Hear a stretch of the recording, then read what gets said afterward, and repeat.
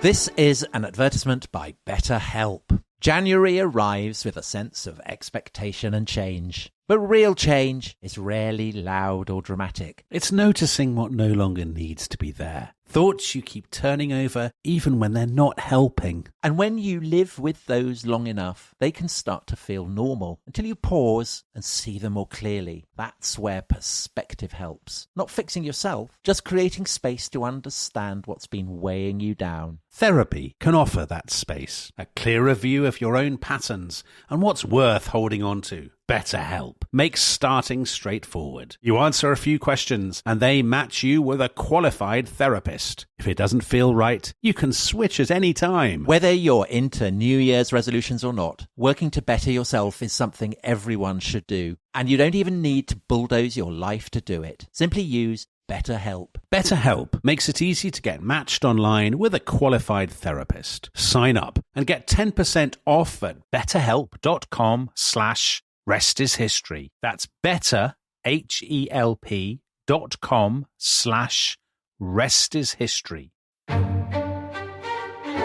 This episode is brought to you by the Financial Times. When it comes to news, it's easy to find out what, who, where, and when.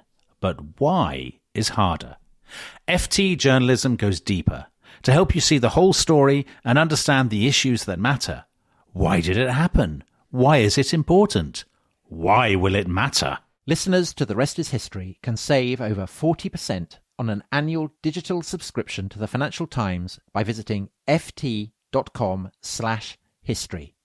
For the why, Financial Times. This podcast is brought to you by Carvana. Car shopping shouldn't feel like preparing for a marathon of paperwork. That's why Carvana makes buying and financing your car easy.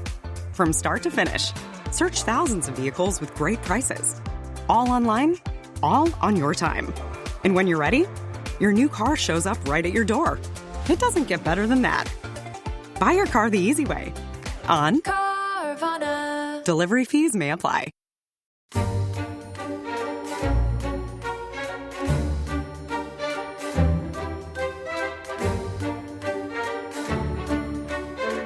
Hello, welcome to The Rest is History, and my friend, Gertie Gabber of historically based podcasts, Dominic Sambrook, is with me. And Dominic, today we're recording this on the 16th of February, and in 2015, Leslie Gore very sadly died. Are you a fan of Leslie Gore? Do you know her greatest hit?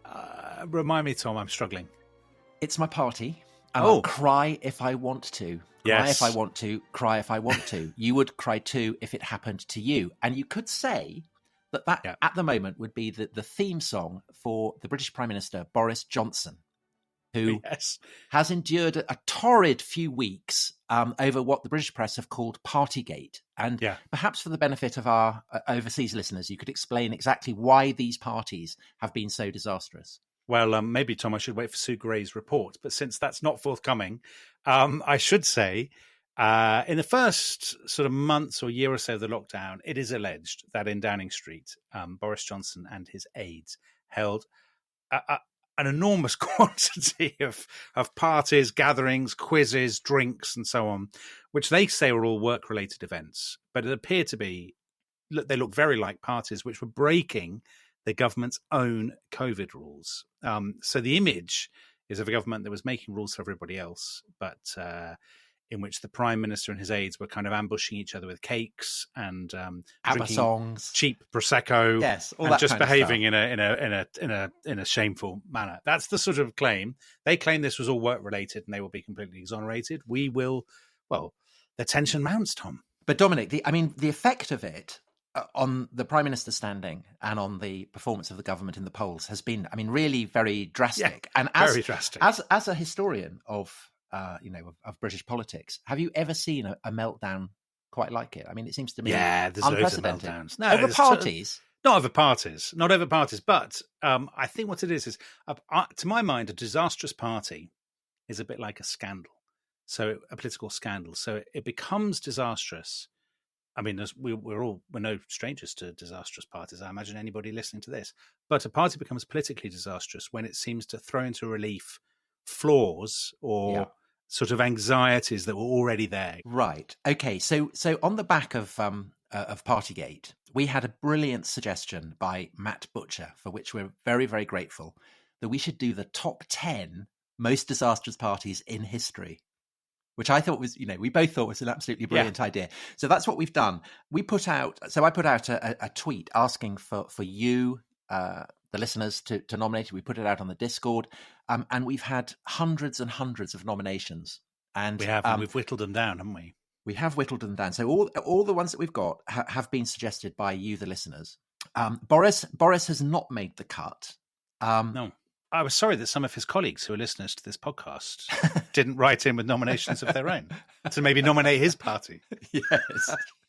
That secret party we had in the broom cupboard on exactly that nobody found out about. Several parties were nominated that we've already had on The Rest is History. So Tom Gorman nominated Prince Yusupov's party at the Moika Palace. Yeah, Rasputin. The end of Rasputin. That was not a good party for him. Sam the Belgian has nominated Joyce and Proust meeting up, which we mentioned in the 1922 episode. Gavin Barrett, Belshazzar's Feast, which in a way is, that's the archetype of a terrible party. The writing on the wall and all that kind of stuff. You don't want that to happen at your own party, do you? No. But I mean, I wouldn't invite Daniel to my party anyway. No. Yeah, but the whole thing about that is that, the Medes and the Persians come gate crashing in. That's true. I mean, that's, we're all familiar with the issue of gate crashes. And then we have had several nominations that have been bubbling under. So Stephen Clark, very much a friend of the show. Josef Cieza, am I pronouncing that right? MEP. He looks Hungarian to me, Tom. I don't know how He is Hungarian. He's a committed opponent of gay rights. Right. And inevitably, he was arrested during lockdown in Brussels, fleeing a gay sex orgy, climbing down a drain pipe. Oh, that's so often the way. So that's quite fun. Amy Mantrafadi, absolute fixture on the Discord. The 2011 White House Correspondents' Dinner, where Obama and Seth Meyers mocked the idea of Trump running for president while he was sitting in the audience. Well, supposedly that was one of the motivating factors. Yes. Trump's determination to kind of get his own back. Absolutely. And another American one from Josh 909, Andrew Jackson's inauguration. 20,000 people trashed the White House and ate a lot of cheese, and apparently the White House smelt of cheese for months. So anyway, they didn't make the cut. Nor Dominic did a joke that about 400 people made. I thought this was quite funny. Of which Jack Clark is representative. Change UK. Yes. So again, for our overseas listeners, just explain that joke. I mean, this is like kind of explaining a Shakespeare comedy or something. A very ill-fated centrist political party formed an opposition, I think largely to Brexit, but also to Jeremy Corbyn. It didn't do very well, but there's also that party of Gina Miller's, the Truth and Fairness Party, or True and... I can't remember what it's called, but only 6 people turned up to the launch of it. But not that kind of party, of course. No. They're not as disastrous as our 10th choice. Well, Dominic, should we just say, so you and me yesterday, we went through and we kind of winnowed them down, and we're going to do it like the kind of top of the pops. We're going to go from 10 up to 1. So we find out what we voted the most disastrous party of all time. Yeah. So I hope you will find the tension kind of mounting as we go through. So, but number 10, what comes in at number 10? Dominic? So it's a hunting party in the Black Forest, Tom. They are at Donaueschwingen Castle in Donaueschwingen, Baden-Württemberg. Their date is the 14th of November, 1908. Very much a friend of the show, the Kaiser, Wilhelm II, notorious for his ill-chosen shoes. Yes. Tom Holland style shoes. And this is very much a party that revolves around ill-chosen dress, isn't it? Well, we don't know what the Kaiser was wearing, but we do know what his old childhood friend, Count Dietrich von Hülsen-Heiseler, was wearing. We do. I've got a printout of him, and he's a very, I think, fair to say, a Prussian-looking gentleman. He's very German. I mean, he's got the whole moustache. Yeah. He's very stolid. He's a man who's been eating sausage for decades. His jacket is festooned with medals and iron crosses, shaven-headed, square-headed. And this reminds me that this was nominated by a friend of the show, Dan Jackson, who does love a Teutonic gentleman in military uniform. I've noticed from his Twitter feed. So this guy was a Prussian. He was the son of a general. He became a general. He was a childhood friend of the Kaiser. And in 1889, he became the aide de camp to the Kaiser. Or should that be the aide de camp? Yes, very good. Because I believe he's the chief of the German Imperial Military Cabinet at this point, Tom. So very important figure. And they're at Prince Max von Fürstenberg's castle, as we've said, in Baden-Württemberg. And they've been hunting, haven't they? So they've been hunting. They've been great laughs together hunting. The Kaiser's a great huntsman. They come back and they have formal evening do, a kind of dinner and so on. And Count von Hülsenhäsler clearly must leave the room at some point and then I think it's fair to say he misreads the mood. Well, you don't know. I mean, maybe this is... He comes in and he's dressed... He's dressed in a pink tutu and ballet tights and a kind of pink leotard. He does a kind of Dance of the Sugar Plum Fairy with pirouettes and, all that kind of stuff. And then he keels over of a heart attack. Supposedly he does a lot of capers and jumps. He's an implausible ballerina, it's fair to say. He is. Anyway, so he has a heart attack, and that's very sad for him. He does this routine, and then he dies. And they call a doctor. Did you see this? They call a doctor. Well, at the time the doctors got there, they've failed to resuscitate him, and they pronounce him dead. He's succumbed to rigor mortis. They had struggled to get him out of his tutu. Because he's obviously a really hefty. Yes. He's a really hefty bloke. So they don't bury him in it. No, they don't. But the weird thing about this, Tom, and I said that parties, when I was not laughing, I said that parties were disastrous when they accentuated existing anxiety. The Kaiser and the German High Command, they have been racked for the last 2 years by accusations of homosexuality. Yes, the Eulenburg scandal.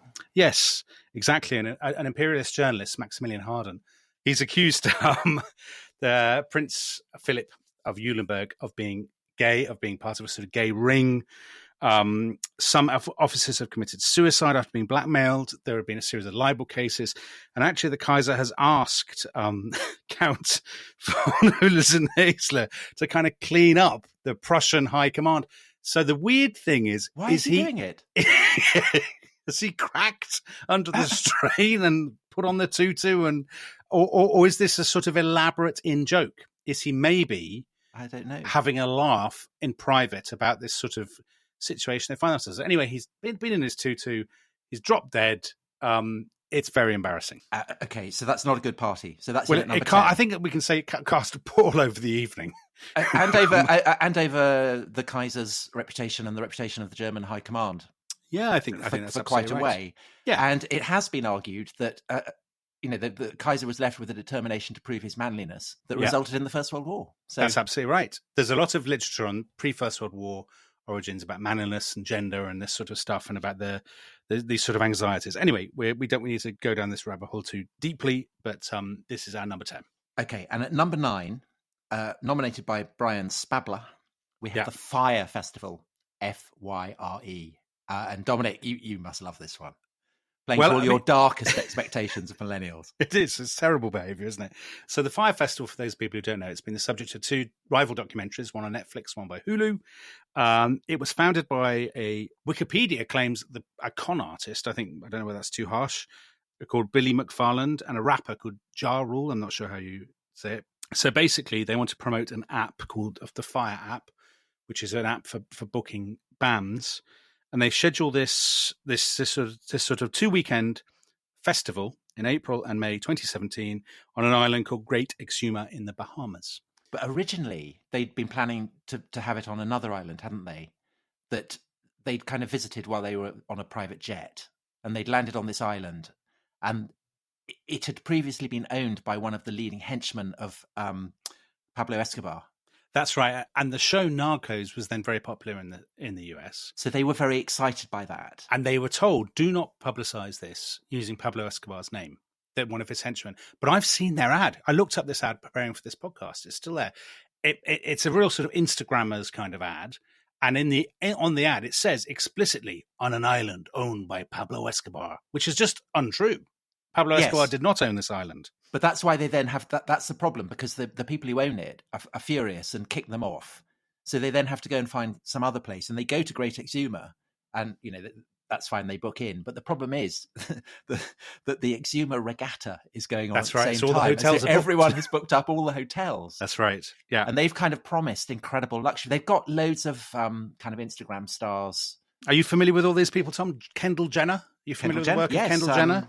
Daughter of the Jenners. Related to Greg Jenner, the podcaster. Yes. Bella Hadid, are you follow her work? Big fan. Hailey Baldwin, Emily Ratajkowski. I see that name in Mail Online all the time, but I don't know who it is. Anyway, they were all paid to advertise it, and then there was a scandal over that. But basically, did you see the list of acts? Are you familiar with the acts? No. You're not familiar with the work of Pusha T, designer with two eyes? No. Skepta, Claptone. What about Lee Burridge? Are you? Well, Lee Burridge sounds like he plays in goal for Northampton Town, I think, compared with the others. Lee Burridge that's the worst name. It is. It's not a very good name. Anyway, they didn't turn up, all these bands. I mean, some of them hadn't even been booked. It was all a complete con. The best part of this con, actually, was that they told the organisers told people who bought tickets it will be cashless and cardless. Right. So basically, you have to give us lots of money now, and we'll send you a bracelet with your money on it. And this was a sort of wireless. It would work by Wi-Fi, but when the people got to the island, there's no wireless on the island. So and there's nowhere to stay.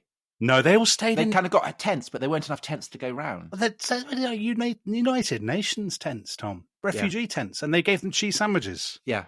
So the reason this is resonant, I think, is because it's 2017, and it seemed to. I mean, there was enormous quantities of Schadenfreude because a lot of the people who paid up, 5,000 people, had to be sort of flown out, had to be like refugees, and I think this thing about parties or scandals throwing things into relief, it was seen as the sort of, the self-delusion of the Instagram generation, wasn't it? So it's all about Instagram because the whole thing was designed to look good on Instagram.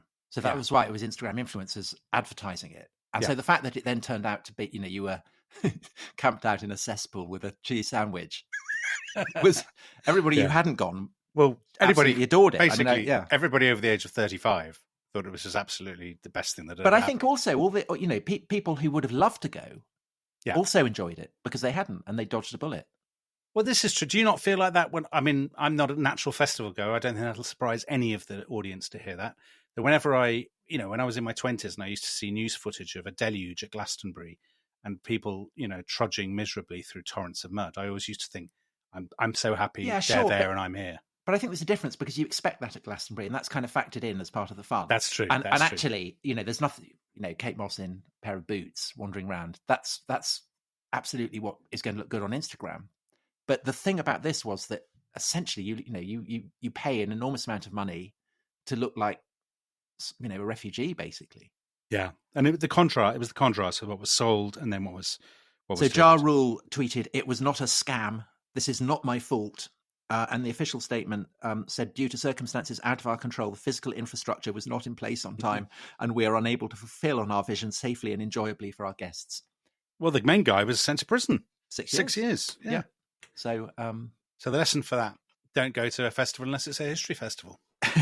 Let's move on to number 8. Number 8. A man who actually I can kind of see at the Fire Festival. The young Peter the Great. The young Peter the Great. And this was suggested by Simon Girdleston. And I'm just going to read it out because really there's very little to add to it. So Simon, I nominate Peter the Great stay at John Evelyn's house, Sales Court in Deptford in 1698, in which Peter and his entourage of 70 soldiers, 4 dwarfs, a cook, a priest and a monkey consumed a colossal volume of spirits, burned all the furniture for firewood, including all 50 chairs, used all the 25 fine pictures for target practice, smashed all the doors and locks, left the carpets and floors covered in such a layer of grease that all were ruined and 3 floors had to be ripped up entirely, broke 300 window panes and smashed all the hedges in the garden that it had taken Evelyn 20 years to grow, as well as all the wheelbarrows by using them in drunken races. That's pretty much it. So Peter the Great is on his grand tour of the West. He's come to London. He wants to look at the shipyards, but everything it's the winter of 1698. Well, he goes to Amsterdam first, doesn't he? He does, exactly. And this is when William III is king of England, and he's whatever. Stadtholder, is he? Prince? Prince of Orange. Prince of Orange in the Netherlands. So he then comes to London. The Thames is frozen. Everything is frozen. People are skating and selling pies on the ice, and basically because crowds keep coming to look at Peter the Great, he goes off. He's incredibly tall, isn't he? And he's in disguise, so everyone's pretending it's not really him. But he's so tall. Him. And John Evelyn, the diarist, very famous 17th century diarist, he's been He's been looking after this garden for 45 years, laying out the hedges, which are his pride and joy. And he sublet it. To Peter the Great. So no, he hasn't sublet it. He sublet it to somebody else. Admiral Benbow, who then sublets it to Peter the Great. So they never actually meet. No, and at one point, actually, Evelyn's steward writes to Evelyn. He says, "The house is full of people and right nasty."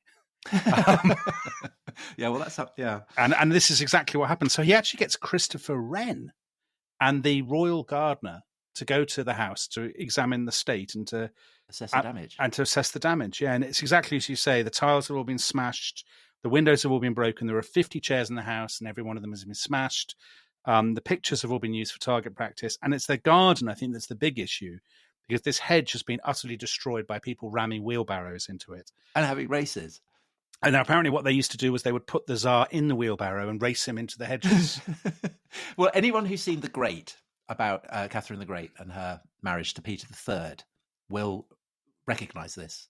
The analogy here is sort of parents going away for the weekend and their children advertise a party on Facebook. And a load of Russians turn up and wheelbarrow racing. Apologies to any Russian listeners. I'm sure there are plenty of Russian listeners who are much better behaved than Peter the Great was. But anyway, £350 and 9p was the damage, and that, I haven't done the conversion, but that's a colossal amount of money. Yeah. In 17th century terms. So those are three in which nobody died. Yeah. But it's not really a disastrous party unless there's a kind of brutal killing. Well, hold on. No. That bloke died before. The Tutu man. Oh, of course he did. Yes, he did. Yes, apologies. Yes, he did. But he wasn't murdered. No, nobody's murdered anybody yet, which is disappointing. So now we come to our first party that involved a murder. In fact, quite a few murders. And this is the brilliantly named Blood Feast of Roskilde. Anders Newgard has suggested this. Who I'm imagining is perhaps a Danish listener. I should think so, yeah. So in 12th century Denmark, aren't we? Yeah, 9th of August, 1157. But the roots of this, Dominic, lie in events that we covered in our 1066 episode. So it involves Svein II, who was the king of Denmark, who sent the very last kind of what could be called a Viking expedition. Yeah. In I think 1067, 1069. That's right. Against England, and he'd been the great rival of Harald Hardrada, who we've talked about quite a lot. Yeah. But the other thing he does is he has enormous quantities of children, and they all fall out with each other. So it's like Edward III. Very much. With a kind of delayed aftershock with the Wars of the Roses. This is the Danish equivalent. So there are three rival claimants, aren't there, by the point of this blood feast? Is that right? Well, again, the echo of Wars of the Roses in England. So in 1146, Eric III of Denmark abdicates and retires to a monastery. So he's that kind of guy. Do you know what his sobriquet is? Eric the Wet. I think he's Eric the Memorable, isn't he? Is he? Yeah. Well, I mean, the fact that he clearly isn't that memorable. Well, I suppose memorable for a disastrous decision. Well, go on. Because he abdicates, and there are three alternative candidates. Yeah. And apparently, in kind of Danish lists of kings, they're all remembered as kings. They all overlap, exactly. You've got Svein II. No, Svein III. Svein III. Yes, of course, Svein III. Knut V, Valdemar I. Yeah. And basically, these three kings all fight each other for 11 years. And then they held council in Lolland, and it's a bit like King Lear. They decided to divide the kingdom into three, and they confirmed the treaty by an oath. And then Svein invites the other two kings to a party in Roskilde. Absolute idiots. I've been to Roskilde, Tom. Yeah, it's great. Fantastic ship museum. Yeah, ship museum. Yeah. I heartily recommend it. A great cathedral. Very nice. Red brick kind of cathedral, isn't it? This is all a trap. Knut gets killed. Valdemar gets wounded in the thigh but runs away, manages to escape. Yeah. And a few months later, he comes back with a big army. He defeats Svein, and he then becomes Valdemar the Great. Yeah. So there's a man called... it's that classic thing. Svein has invited them to the party, and then Svein says, I just have to pop out for a second. Basically, if somebody you've been feuding with does that to you in medieval Europe, you're absolutely mad to say, oh, yeah, well, I'll hang around here with your soldiers till... Yeah. Which is exactly what happens. He has a man called Detlef who just starts stabbing everybody. But the folly is not to kill Valdemar as well, because Valdemar escapes, doesn't he? He then fights Svein at the Battle of Grateheide. Svein runs away. He's killed by a mob of angry peasants. And Valdemar becomes king of Denmark, exactly as you say. So basically, don't go to a party with a Danish king. I think. And Valdemar becomes he's a very successful king, and he smites the Wends, who were pagans who never did anything without consulting a talking horse. Wow, that's a bit like Ptolemy the First and his talking snakes. Yeah. Talking animals are very much a feature of this podcast. Yeah. So number 6. Yeah, what have we got at 6, Tom? So number 6, specifically, we're heading to Egypt, and we are heading to Cairo in the spring of 1811. An Albanian kind of warlord called Muhammad Ali, not the boxer, is sick of the Mamluks. The Mamluks are the Turkic kind of warrior class that have been running Egypt. Who are in our Napoleon in Egypt. Exactly. So this is the sequel, really, to Napoleon in Egypt, our earlier podcast. Egypt has reverted to sort of nominal Ottoman rule. Muhammad Ali wants to basically take it over for himself. He's sick of the Mamluks. And in that classic way that is so common, it's going to be so common in this podcast, the way to do it is to invite them all to a party. Now, there's a lot of them. There's hundreds of them. They are this sort of warrior elite from whose ranks for centuries the masters of Egypt have basically been chosen or emerged through a sort of bloody competition. And Tom, do you want to tell the story of what happens to the Mamluks? Well, it's his son's birthday party, which is the kind of exquisite twist. And he holds this in the Citadel. Anyone who's been to Cairo, it's kind of brilliant. Everything that you'd expect the Citadel of Cairo to be. And it has a very steep, narrow passage that connects the kind of upper reaches of the fort to the lower gate. So they go there and they enjoy the party. They enjoy the party cake and the games and pass the parcel. There's and a lot of all that sweetmeats, kind of stuff. which is exactly what I expect from an Egyptian party. Of course. And then they all start filing down this steep, narrow passage. And the Albanians slam the doors shut. The Mamluks are going down on their horses. And they're trapped in this passageway. And so they're easy game, and they all get wiped out. Or do they? The story goes that one of them jumps over the wall. On his horse. And the horse dies, but he manages to get away, and he's the only survivor. Yeah. But that's the story. So that's not a good party. And I think it's fair to say that dynastic change in Islamic history often features terrible parties. So the very first one, the Umayyads are the first Islamic dynasty. Yeah. And they get eliminated by the Abbasids, who go on to found Baghdad. And the last Umayyad caliph, Marwan, gets pursued to Egypt, gets cornered, killed, head gets sent to the Abbasids, and they feed his tongue to a cat. But they're anxious to round up the remaining Umayyads. Yeah. And so they get them all, and they stab them, and then they use them as a kind of the foundation for a party. So they drape them with carpets and put all the kind of, the couches and the treats, the sweetmeats and things, yeah. And that they all lie there, and they can hear the groans of the Umayyads as they slowly expire. So I suppose that's a great party if you're an Abbasid, but it's a terrible party if you're an Umayyad. See, Tom, I was actually when we were drafting this, I was a bit gutted that we chose that and not Chappaquiddick. But now I think that is a better party, a more disastrous party than Chappaquiddick. Yes, I think it probably is.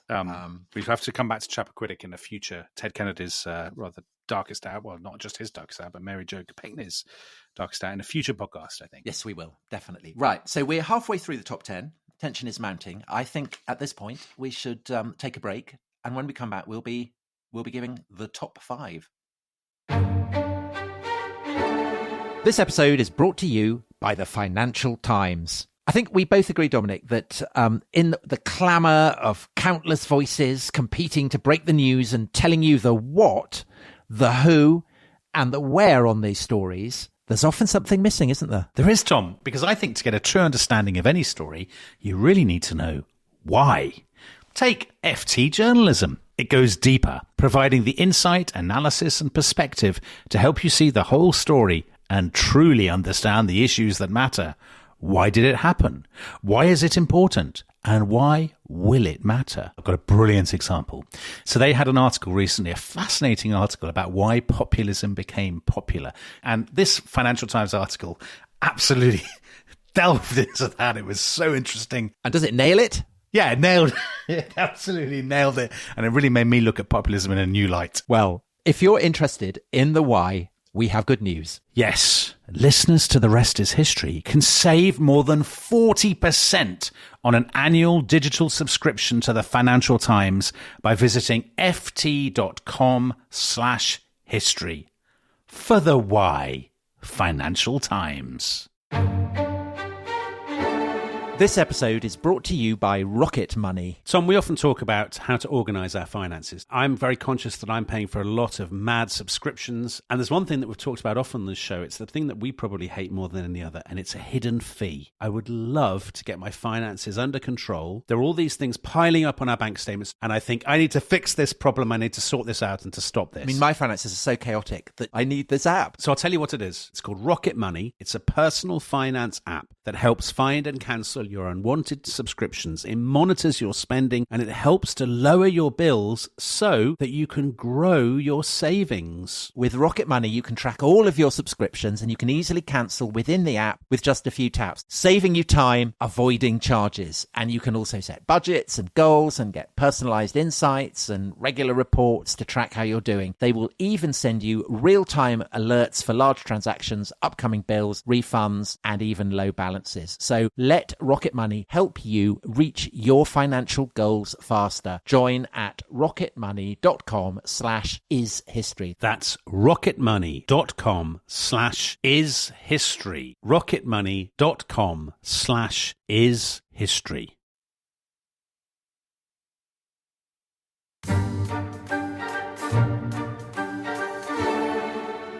Hello, welcome back to The Rest is History. Now, before we continue with history's most disastrous parties, we want to let you know that we are going to let you, the listeners, choose the topic of an upcoming episode. What could possibly go wrong? So we've had billions of episode suggestions on Twitter and on email and on our Discord chat room for the Rest is History club members over the last few months. And we have narrowed them down to the big four options, and we want you, the listeners, to decide. So, Tom, would you like to unveil the shortlist? Number 1, The Historical Jesus, suggested by Joe Evans Green. Number 2, The Winter of Discontent and the Late 70s by Roy Nelly. Number 3, Top Sidekicks. So that's Agrippa, Eden, Keith Joseph, and that's suggested by Simon Girdleston. And at number 4, The Special Relationship. So I guess that's Britain and America, and that's suggested by Amy Mantravadi. So there you have it. The Historical Jesus, The Winter of Discontent, Top Sidekicks, and The Special Relationship. And if you want to get involved, it is a bit like choosing a party leader. It is one person, one vote. We don't have a trade union block vote in The Rest is History. But you do have to be a member of The Rest is History club, whether you call yourself a Wang, a friend of the show, or an Athelstan. Doesn't matter, but you have to be part of the club to vote. So go to restishistorypod.com, you sign up to the Discord, and then you click on the polls channel to cast your vote. The poll is now live, and it will be until Wednesday evening, and we will announce the winning topic on next week's episode, and we will then think about when we're going to record it. So, welcome back to The Rest is History. We're all about parties this week. We've done some of the top 10 most disastrous parties in history. We are approaching our top 5. Tom, a great character awaits us now. One of my favourite Roman emperors, Elagabalus. Yes. Sun-worshipping, by all accounts, a dreadful man, though perhaps much maligned by the... I'm basing this on the Augustan history, which I suspect you will tell me is pure propaganda. So what century are we in, first of all? We're in the early 3rd century. So the age of the Antonine peace is coming to an end. In fact, Elagabalus is the last of the Antonine, that particular family. He reigns 218 to 222, and as you say, the main source for his life is the Augustan history, and it's the account that it gives is very, very lurid. Yeah, that's putting it mildly. So Elagabalus is, according to this biography of him in the Augustan history, very much a party animal. So he likes to dress up as Venus. He's reputedly the first emperor to wear nothing but silk. That's right, yeah. He lolls around on cushions that are filled with rabbit fur. Couches made entirely of silver. He feeds his dogs on foie gras. He only swims in perfumed swimming pools. He has a chariot drawn by kind of female ponies, so women who bitted and bridled and human ponies. But he's a japester. Well, some of these details are absolutely preposterous. So some of his, I'm just reading from the Augustan history, some of his humbler friends he would seat on air pillows instead of on cushions, and he would let out the air while they were dining, so that often the diners were suddenly found under the table. Yeah. I mean, that's only a step up from a whoopee cushion. But if you get that, you get off lightly. Because, so he another gag of his was to invite people to massive banquets, but the food that they were given was made entirely out of wax or wood or pottery or whatever, where he'd have real food and he'd be guzzling away. They just have to content them, they just have to stare at it and then pretend that they'd eaten. But the worst was if he invited you to stay overnight. Oh yeah, and he'd get you hammered. He'd get you hammered, yeah. and then he'd say, "I've procured you the most skillful and beautiful courtesans in the world," and leave the lights off, and they'd wake up and discover that there were withered old crones. Yeah, old hags from Ethiopia. Yes, it's in the Augustan. But I thought you were going to say what he does is, it says here, when his friends became drunk, he would shut them up, and suddenly during the night he would let in his lions and leopards and bears. So that's the ultimate.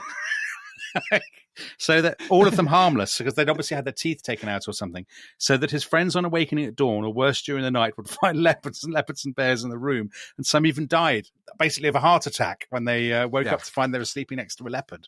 Yeah, so he's a tremendous laugh. One more though, Tom. One more. This is the most banal. I think he would propose to his guests by way of a feat they should invent new sauces for giving flavour to the food. And he would offer a large prize for the man who invented the best sauce. On the other hand, if the sauce did not please him, the inventor was ordered to continue eating it until he invented a better one. So imagine turning up with a sauce. You've got to keep eating it until you come up with a better one. Well, it's kind of MasterChef with... with leopards. With leopards. Yeah. I think that'd be brilliant. You know who'd have enjoyed his parties, Tom? Dietrich Graf von Hülsenhesler. Yes, he would. And Ted Kennedy, actually, he'd have loved it as well. Well, actually, a comment on this from Joseph Evans Green. This episode will surely be awash with absolute lads. I mean, I think basically all these guys. I mean, imagine. Anyway, the famous party that Elagabalus supposedly hosted is illustrated by the famous painting by Lawrence Alma Tadema, the kind of Dutch painter of classical scenes. And it shows Elagabalus suffocating his guests beneath rose petals. And the story goes that rose petals start to drop down on the guests when they're at their table, and everyone's thinking, "Oh, this is delightful, how charming." And they continue to fall, and they continue to fall, and they continue to fall until everyone is dead, suffocated by it. And when Alma Tadema painted this very famous painting, if you haven't seen it, do Google it. It was in the dead of winter. And so we had to send for rose petals from the French Riviera, which is kind of great. That's very Elagabalan behaviour in itself. Well, it is. And Elagabalus was the great hero of the kind of, the decadence and romantics. So kind of Wilde and people like that. Aubrey Beardsley-ish kind of people. Aubrey Beardsley, yeah. Antonin Artaud called him the crowned anarchist. What happened to him, Tom? Nothing good. He got murdered. Yeah, he got murdered. Of course he did. Because he can't make people sit on air cushions and next to leopards for that long. One party too far. Yeah. So he's at number 5, and I think he's not higher because it probably didn't happen. Yes, that's the issue with this, isn't it? That none of it really happened. So yeah. So that's a shame. I think parties actually have to have happened. But our next party definitely did happen because we've mentioned it on the show before. Number 4. That's right, isn't it, Tom? It is, yeah. So this is suggested by James Lavender, and we then have an honourable mention. Well, so it's the Black Dinner. It's the first Scottish party of the top 10, and we also, because this is really a sort of a devolved administrations party section, because we're also going to be touching on the Abergavenny massacre recommended by Andrew Patterson. So, Tom, tell us about the Black Dinner. So the Black Dinner, lots of fans of Game of Thrones will have heard of this because it provided the model for the Red Wedding. And it's called the Black Dinner, both because it was a terrible thing, but also because it involves the Douglases, who are probably the most powerful of the lowland families in the late Middle Ages. They had come to prominence during the Scottish Wars of Independence. And you have Sir James Douglas, who was known to the Scots as the good Douglas, Yeah. and to the English as Black Douglas, because he was such a kind of proficient fighter against them. And he is the guy who gets charged by Robert Bruce to take his heart to the Holy Land, and he takes a wrong turning and ends up in Spain, where he dies fighting the Moors. Oh, that's very unfortunate. And Bruce's heart is brought back and buried, I think, is it Melrose? I think it's buried. It might be Melrose, yeah. And the Earl of Douglas is known as Black Douglas. The Earl of Angus, who's another kind of family, and this again going back to Macbeth, the complexities of Scottish families are known as the Red Douglases. And the Black Dinner takes place in 1440, so that's several generations after the original Douglas. And it involves more, it's not an uncle murdering his nephew, but it's a great uncle. Yeah, murdering the 16-year-old William Douglas, isn't it? Yeah, who is the sixth Earl of Douglas, and his younger brother. So it's quite Richard III. But this is also a children's party, which is worse, because they're invited to dinner with James II of Scotland, who's 10 years old. 10 years old, yeah. And while they're eating, they're having a lovely dinner. James II is having a wonderful time. And while they're eating, the servants bring in a black bull's head, which is meant to be... They couldn't get a magician. Yeah, it's basically... When they bring in this black bull's head, it's a symbol of death. This is the equivalent of the black spot from Treasure Island, isn't it? At that point, these two... So William Douglas is 16. He's turned up with his younger brother. At this point, when the black bull's head makes its appearance, they're dragged out, aren't they? And basically beheaded. Is that right, Tom? Yeah. After a kind of fake trial. And they're beheaded so that one of the people who's organised it is also a Douglas, so that he can basically get the wealth and titles and the earldom. And well, that's the great uncle. Right. So James, yeah. It's very bad form. Walter Scott writes a poem about this, Tom. Do you want to know how it goes? Yeah, I'd love to. Love a bit of poetry. Edinburgh Castle, town and tower, God grant thou sink for sin, and that e'en for the black dinner all Douglas gat therein. Who knows what that means? I don't know what that means, but anyways, that was the Scotsman would give that more than 1 star, I think. A wonderful flavour of what the world missed when you were denied the chance to play Macbeth. Or indeed Walter Scott. Well, now, talking of great dramatic portrayals, so the Abergavenny Massacre, are you familiar with this? No, but I saw it had been suggested by Andrew Patterson. So the Abergavenny Massacre is not dissimilar from this or from the Roskilde Carry On. We're on the Welsh marches. William de Breos, who's a sort of marcher lord, he invites a man called Sitzelt and all the Powys chieftains to a feast at Christmas. They're going to, bury all the hatchets and be great pals and have a wonderful time. It's the classic Game of Thrones style story. They pitch up Christmas feast, stack the weapons in a corner, ale is flowing. Suddenly the doors are barred. William de Breos' men rush in and massacre everybody. William de Breos earns the name, the Ogre of Abergavenny. And Abergavenny Castle has this taint of treachery and murder ever since. So this is... And are the people he's murdering Welsh? They're Welsh. They are Welsh. So this is a kind of... Well, he's not English, is he? Because he's a Norman kind of martial art. But here's the weird thing. So this fellow, whoever it was, suggested Abergavenny Massacre. Who was it who suggested it? Andrew Patterson. I thought I'll read up on this. I saw there was a big thing on the Brecon Beacons National Park official website about it, because obviously it's taking place there. I had a look, and there's an essay on the Brecon Beacons National Park website written apparently by William de Breos defending himself in the style of Donald Trump. Can you believe that? It's so weird. People who don't understand, they only believe liars and haters. People who fail to make up their own minds as to the truth. They call me the Ogre of Abergavenny. Wrong. I gathered a team, truly great and talented men, patriots, to plan very smoothly, very effectively, very efficiently how we could defeat these terrorists once and for all and make the marches safe for civilization and make the crown great again. My many enemies, losers and jealous people have misrepresented this story. The news of the Christmas victory did not get the praise it deserved. We stayed strong. We won a great victory, a truly great victory. And it goes on like that for hours, basically, explaining why the massacre at Abergavenny, he's been hard done by losers and liars, the fake news media, and all this stuff. It's such a weird thing to be on the official national park website, but there it is. Well, I like that. So you didn't expect... No, I didn't. ...that story to take that turn, but it did. So disastrous parties can have hilarious consequences. Hilarious consequences. Yeah. Well, that brings us very neatly to number 3, which I think is a truly terrible party. I mean, it's an awful party, and it's been seared on my mind ever since I read Barbara Tuchman's The Distant Mirror years and years ago, one of my favourite books when I was about 12. Yes. And this is the Bal des Ardents, Charles VI, the dance of the kind of burning people. Yeah. Dance of the people set on fire. And this is the story of Charles VI, who in a way is the kind of the Henry VI of France. So this is kind of the interval in the 100 Years' War. So the English have come, they fought Crécy, they fought Poitiers. They've basically been kind of forced back out under that great French king, Charles V. Charles V has died in 1380, and he's succeeded by his son Charles, originally named Charles, who becomes Charles VI, aged 12. Yeah. Poor fellow is as mad as a hatter, Tom. Well, he's not at this point. So in his kind of teenage years, he's not. He comes of age. He starts ruling.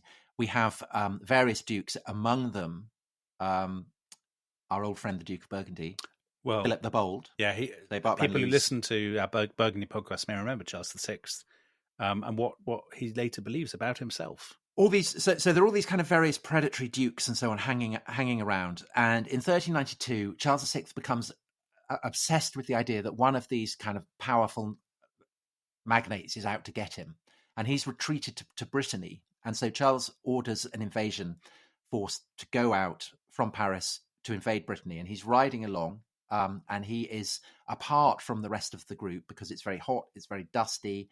He doesn't want to get the dust that's being kicked up by all his partner's horses in his nose. And he's riding along, and suddenly a barefoot madman comes running out of the woods and reaches up and tries to hold his bridle, and he shouts out, "Ride no further, noble king, turn back, you are betrayed." And he follows the king, shouting this for about half an hour. And it's obviously very, very uncomfortable, very unsettling for the king, who's starting to feel a bit dizzy in the heat. And they stop. And then one of his pages drops a lance, and it clangs against the helmet. And suddenly the king goes completely mad, and he draws his sword, and he's convinced that he's being attacked by people. He starts attacking his own party. He attacks his brother, the Duke of Orleans, Louis, the Duke of Orleans, and he has to be kind of overpowered. And Philip, Duke of Burgundy, seizes control of the situation. They head back to Paris, and the king is nursed back to a precarious kind of health by winter. And over the winter season, everyone decides that the way to get the king, happy, to get him functioning, is to provide a whole series of parties. It's like tomfoolery, just endless tomfoolery, isn't it? Japes, madcapery. And on the 28th of January, his wife, Isabeau, the queen, she is celebrating the third wedding of one of her favourite ladies in waiting. And it's the custom when you celebrate the wedding of someone who's already been married, that you kind of have particularly riotous behaviour. Yeah, you do it in a less, dare I say, a less sacral way, Tom. A less sacral way, yes. So decorum is thrown to the winds. It's like Downing Street. And there's a very unpleasant guy called Huguet de Guicy, who is very, very unpleasant. And his particular party trick is, if a servant offends him, he kind of forces the servant to fall down on the floor, and he puts his spurred boot on the back of the servant, and he shouts out, "Bark, dog, bark." Oh, it's a bit like Succession. Yeah. The boar on the floor, if very you've seen Succession. that episode.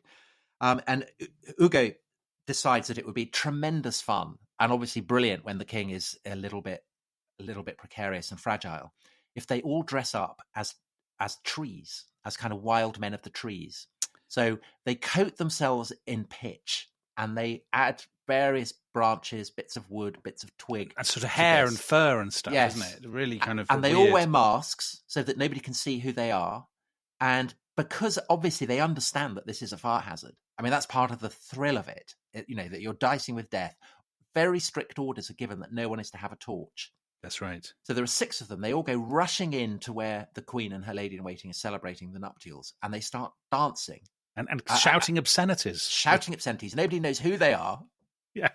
But this is what people have been expecting. And then disastrously, Louis, the king's brother, the Duke of Orleans, comes in, and he hasn't heard the orders. He's a bit tipsy, and he's carrying a torch. Carries a torch. and a spark catches the pitch on the bodies of one of the revelers, and it just goes whoosh.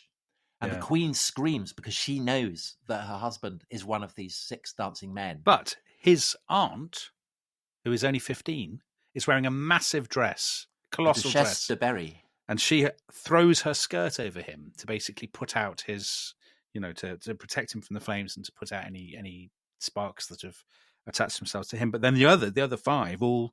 They basically go up like candles, don't they? One of them jumps into a wine cooler. He does, of course. Yes, so so 2 of them survive. The Sieur de Nantouillet, he jumps into a big vat of sort of Duke of Clarence style, jumps into a vat of wine. But the others, so he's all right. The others. So one dies on the spot. Yeah. Two linger kind of for 2 days and then die of their burns. And then Huguet, the Guises, he dies after 3 days, and he gets put in his coffin, and the cortege go through Paris. And as it goes through the streets of Paris, everyone shouts out, "Bark, dog, bark." Oh, my word. Well, and of course, this drives the king completely around the twist. I was about to say, this isn't good for Charles's mental health. No, it's not good for his mental health. Sometimes he wakes up in the middle of the night wondering, Tom, if only he'd listened to your ads. I know. Wondering, will I ever stop being mad? Yeah. And he won't, because he thinks he's made of glass and all that kind of stuff. That's a very sad story, poor Charles. But it's good for Henry V. Yeah, so it all ends happily in the end. Yes, right. So I think that's, in a way, the most upsetting, perhaps. That's quite tragic. Well, this next party is very tragic. So number 2, Claire J suggested this. I'm glad she did, because it was one of the first parties I thought of when we talked about disastrous parties. So sort of friends of the show, or sort of tragic friends of the show, I should say, Nicholas and Alexandra, the last Tsar and Tsarina of Russia. They are getting crowned in May 1896 at the Uspensky Cathedral in the Kremlin. And there are all kinds of massive celebrations and festivities arranged to celebrate the latest kind of Romanov Tsar. And there's going to be a huge party, sort of festival banquet at Kadinka Field, based on the outskirts of Moscow. So the way that's going to work is they put up a sort of mock theatres, kind of wooden theatres. They've put up all kinds of stands. They've built 20 bars. Now, near where it's going to happen, there's this field with kind of all gullies and ravines, and it's kind of raggedy field. But that's fine. Everyone's going to turn up and have a tremendous time. Now, they are told by the evening of the 29th of May, so it's going to be the next day.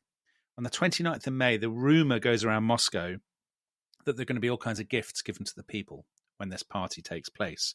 So basically, the gifts you get, now these may not sound like much to you, Tom, that people in Moscow in 1896, a bread roll, a piece of sausage, some pretzels, some gingerbread, and a commemorative cup. Well, it sounds better than the Fire Festival. Yeah, it's a lot better than the Fire Festival. So people are very excited about this. And the rumour goes around that in the cup there will be a gold coin, which people are very, very excited by. So by dawn on the morning of the party, there are thousands of people already streaming onto this field. And basically, it's the classic thing. The authorities haven't anticipated the demand.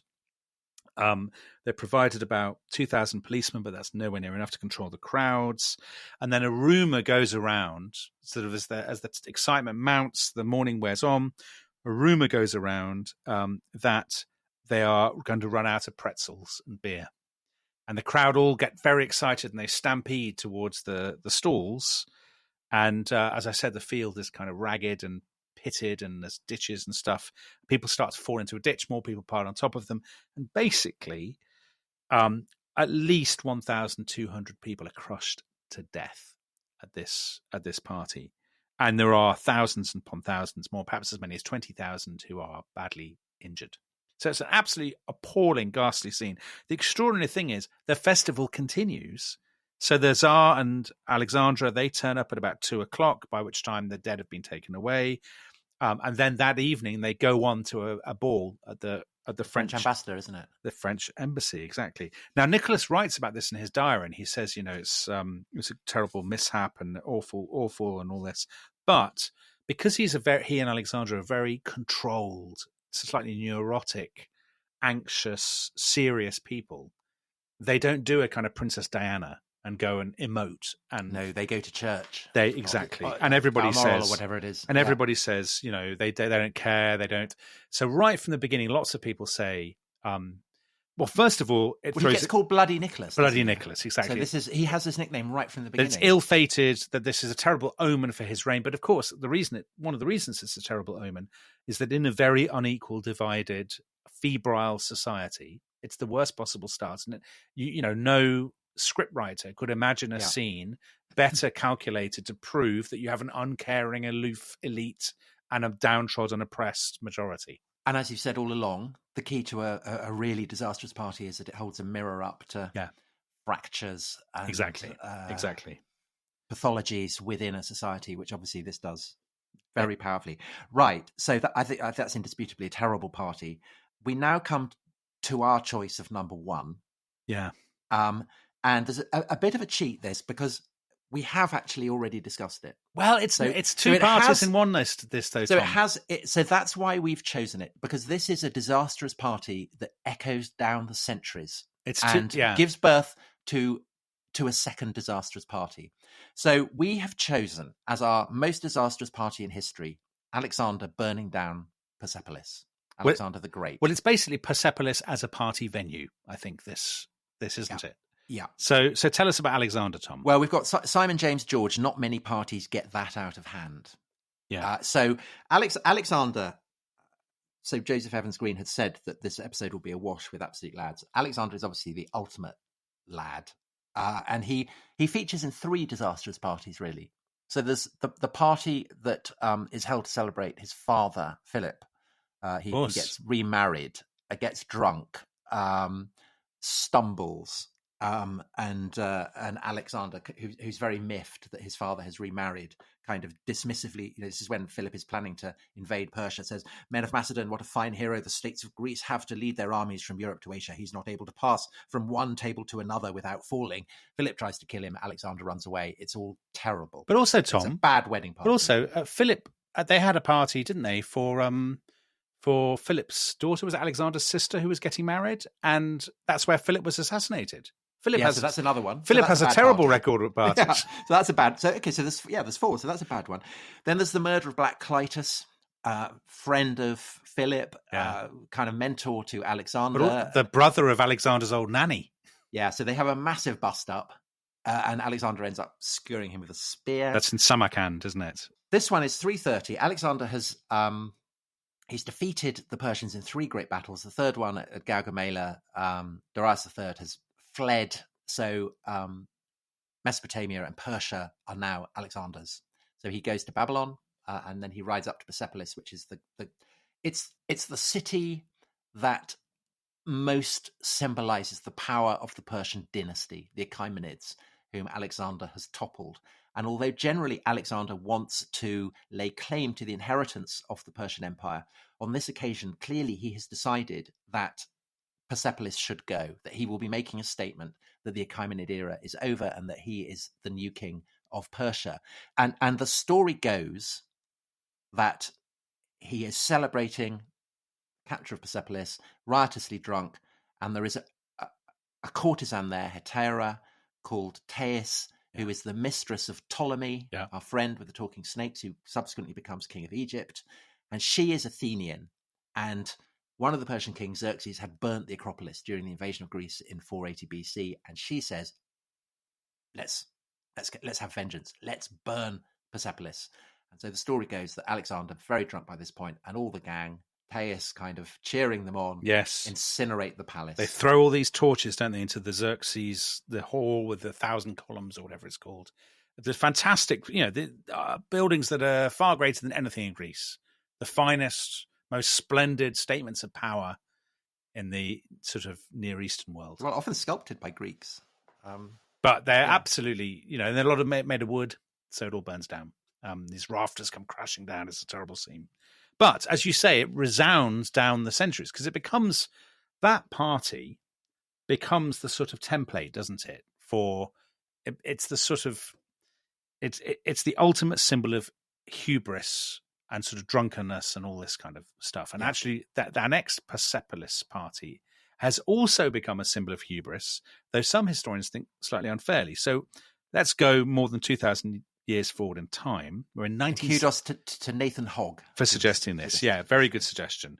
We're in 1971, in October 1971, and it is the 2,500th anniversary or is it of Persia, of the sort of... No, of Cyrus. Of Cyrus the Great, exactly.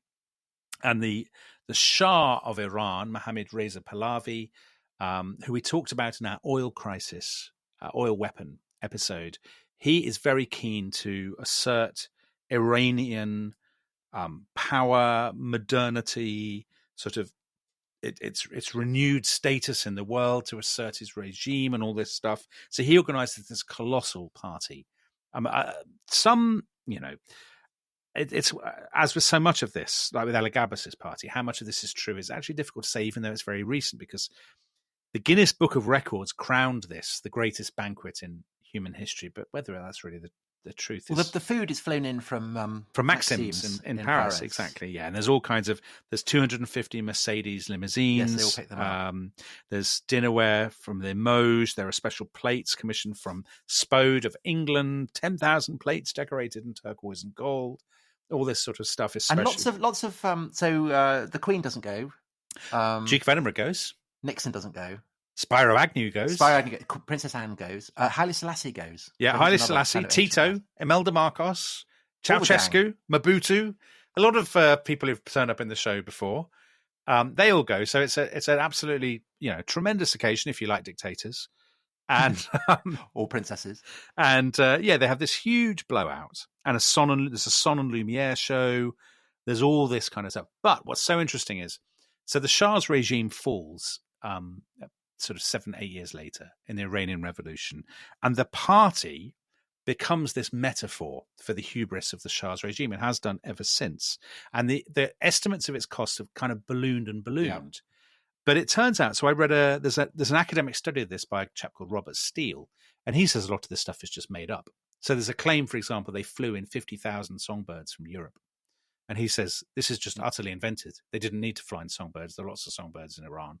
What happened is that when the revolution took place, in order to basically besmirch the Shah's, I mean, the party was an extravagant blowout, no question, but that people made ever more inflated claims about it in order to kind of paint the Shah as this sort of demented madman.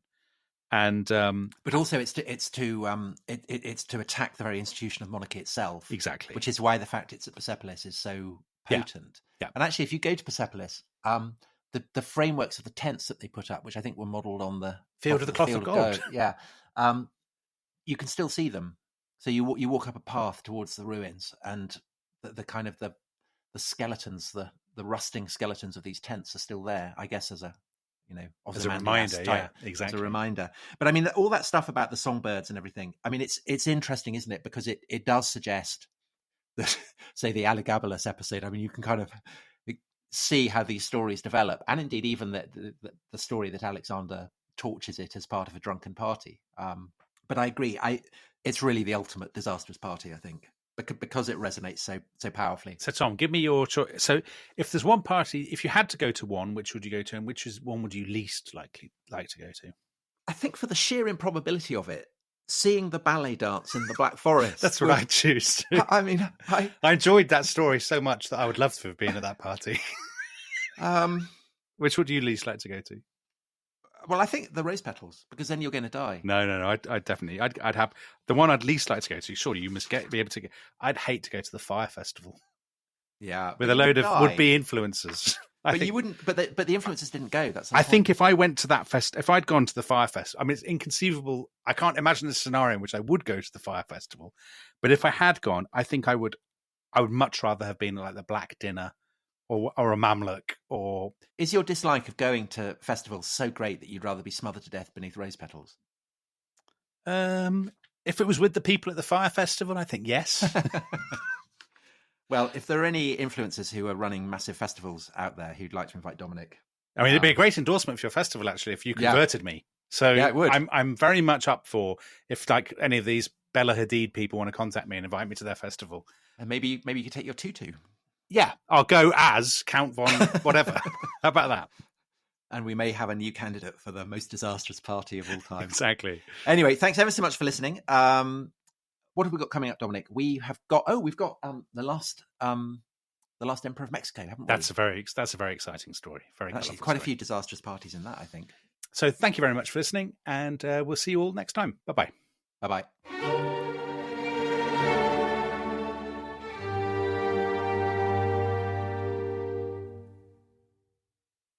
Thanks for listening to The Rest is History. For bonus episodes, early access, ad-free listening, and access to our chat community, please sign up at restishistorypod.com. That's restishistorypod.com.